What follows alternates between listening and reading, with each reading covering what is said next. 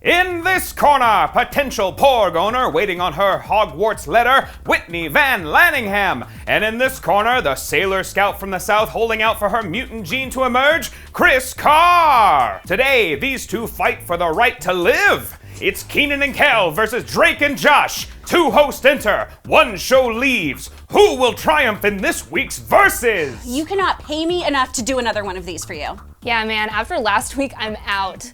What if I bring you some snacks? What kind of snacks? Can it be pizza? No! Fight! Theme song! It's so cute that you think you're gonna top the Kenan and Kel theme song. This bumpin' hip-hop jam was performed by Coolio, and the intro is filmed at City Walk outside of Universal Studios. So that's about as 90s as you can get. Coolio had just won a Grammy for Gangsta's Paradise, so he was the perfect fit to rap the theme song.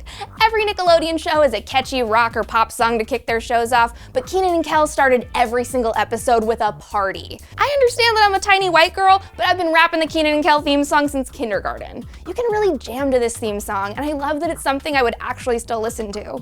The Kenan and Kel theme song is basically a personal anthem for what an awesome duo they are. Coolio compares them to Abbott and Costello, Kareem and Magic, and Nancy Drew and the Hardy Boys, and I don't really know which one of them is supposed to be Nancy Drew and which one is Joe Hardy, but I support them. Girl, you think you're gonna win an argument citing Coolio? Cute. Michelle Pfeiffer called. She wants her token street cred back. What? While I too am a huge Kenan and Kel fan and grew up watching that show, I have a deep love and appreciation now for Drake and Josh, thanks to my little brother who grew up on that era of Nick shows. Shout out to Cowboy Hey Hey. Maybe now you'll watch my videos, you jerk. While Kenan and Kel are both hilarious performers and their series was outstanding, I'm here to prove that Drake and Josh was in fact the better Nick show. And if you want to talk theme songs, let's. Drake and Josh's song was fantastic. The song, the slapstick, the sodas. Come on. You hear that song and you're so juiced to tune in. The song was perfectly early aughties and made all the tweens swoon. You hear that song and you know you're in for an awesome bromance with ridiculous antics. Plot! This storyline isn't as realistic and down-to-earth as Drake and Josh's, and that's why I like it. Kenan and Kel are always getting into crazy schemes, usually led by Kenan. Of course, Kel always manages to screw up the mission, but Kenan still loves him anyways. Remember the pilot of Kenan and Kel? Of course you don't, it's been 30 years. Let me fill you in. Kenan finds out from a little kid at the grocery store where he works that there's a golden monkey hidden in one lucky box of cereal worth $10,000.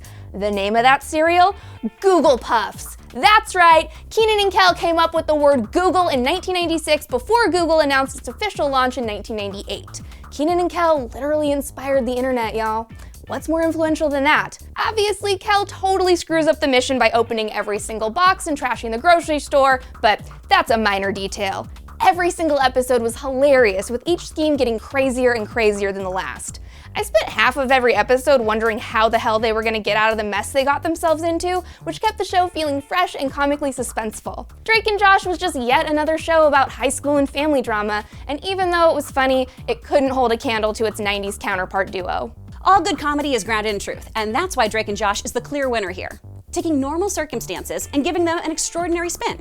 The show centers on the wacky mishaps and the obstacles the boys find themselves in, all framed around typical teen territory: school, dating, and popularity. Drake and Josh focused on a pair of stepbrothers who have opposite personalities. Drake Parker, played by Drake Bell, is a super popular ladies' man with a penchant for music and not too much going on upstairs. He's crazy confident and breezes through life on his looks, guitar licks, and doesn't give a second thought to the needs of others. On the other hand, Josh Nicholas, played by Josh Peck, is awkward, unsure of himself, has no idea how to talk to girls, and finds ways to stick out from his peers like a sore thumb. You know, like a high schooler! So sure, I'll give you that it falls into that classic high school show trope, but it does it well. In fact, it does it like the best. The boys live in San Diego with Josh's awkward weatherman father, Walter, Drake's mom, Audrey, and manipulative and conniving younger sister, Megan, played by my girl, Miranda Cosgrove. Y'all know I love me some Miranda, and Megan was a terrifying, awesome character. I frankly was shocked that this tiny mental terrorist could also play the sweet YouTuber we came to know and love. From the School of Hard Knocks to the School of Rock, the girl's got range. Megan's diabolical ways really show what it's like to have an evil younger sibling. Looking at you, Hey Hey. Try to top this show with characters from Kenan and Kel. Characters! Who loves orange soda? Kel loves orange soda.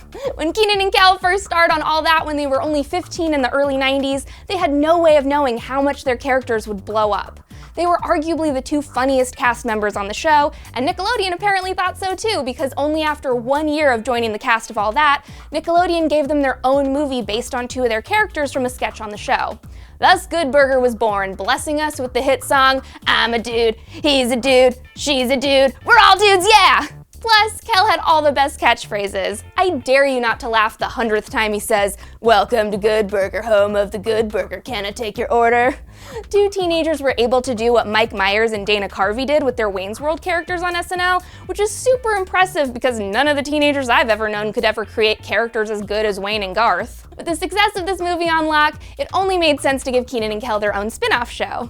Kel's character was clumsy and awkward and, of course, totally obsessed with orange soda.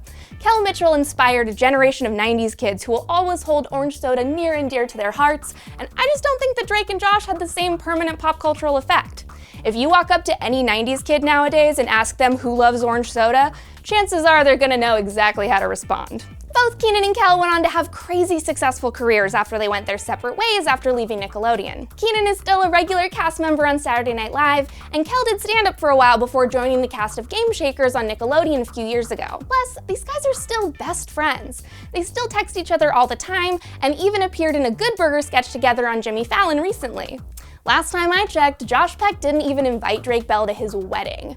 Didn't Drake even fuel the fire more by calling him out on Twitter and saying that the ties are officially cut? Drake and Josh's friendship didn't even last. Kenan and Kel are obviously the better BFFs. Unless Drake and Josh go on The Tonight Show and revive their characters from the show, I'm pretty confident that their friendship is over. In an interview with Entertainment Weekly, however, both Kenan and Kel expressed that they'd love to do an all-grown-up revival of Kenan and Kel for their fans, so maybe their bromance will continue to blossom on the small screen even more in the future. First of all, I'm still holding out that whole Twitter feud wedding debacle was just a teaser for the Drake and Josh reunion that inevitably will be happening. If it sounds like an episode, tweets like an episode, I'm thinking it might be an episode. The D&J fellas were perfectly cast in their roles. You can't deny the amazing chemistry and spot-on comedic timing that brewed between Drake Bell and Josh Peck. The two were so in sync, and their physical bits were beyond compare. They always matched each other's energy, and were so keyed in with one another, you totally believed they were stepbrothers living under one roof. Comedy chops aside, how cute were these boys? Drake Bell, total babe, sign me up for a cute doof with a guitar, any day. Josh was so sweet, and hello, have you seen Peck lately? Of course John Stamos played your dad, you beautiful man! They set the standard for Nickelodeon dynamic duos. I mean, Whitney, we're basically working our way up to being Drake and Josh level, you know, but with boobs. And Dave can be our Megan. Scott's our Megan. And sure, Kenan and Kel gave us lots of laughs, but we had some amazing heartfelt moments on Drake and Josh. And I think the show did a way better job showing us how to navigate the ins and outs of high school. Whether you were too cool for school and needed to figure out how to make a change and be a better person, or if you were struggling to find your place in the pecking order of public school. Pecking order, get it? Because Josh Peck, okay, whatever. They showed us how hard dating could be, how confusing being in love was. Remember when Mindy told Josh she loved him? Yep, been there. First time my fiance said he loved me, I said thank you. So I see you, Josh. I get you, man. Drake and Josh is also one of the few shows where we see the characters on a Nick show grow and change. Josh becomes more popular, more comfortable with himself and his peers. Drake matures ever so slightly and actually starts caring about others. The biggest change, of course, comes when Drake begins calling Josh his brother rather than his stepbrother. Oh, it was really beautiful and important to see a healthy, loving male friendship on television, and to see how family doesn't just mean you share genes. We loved their real-life friendship too. And now that all that wedding drama seems to be put to bed, I'm hoping for more bro-downs and projects from these two.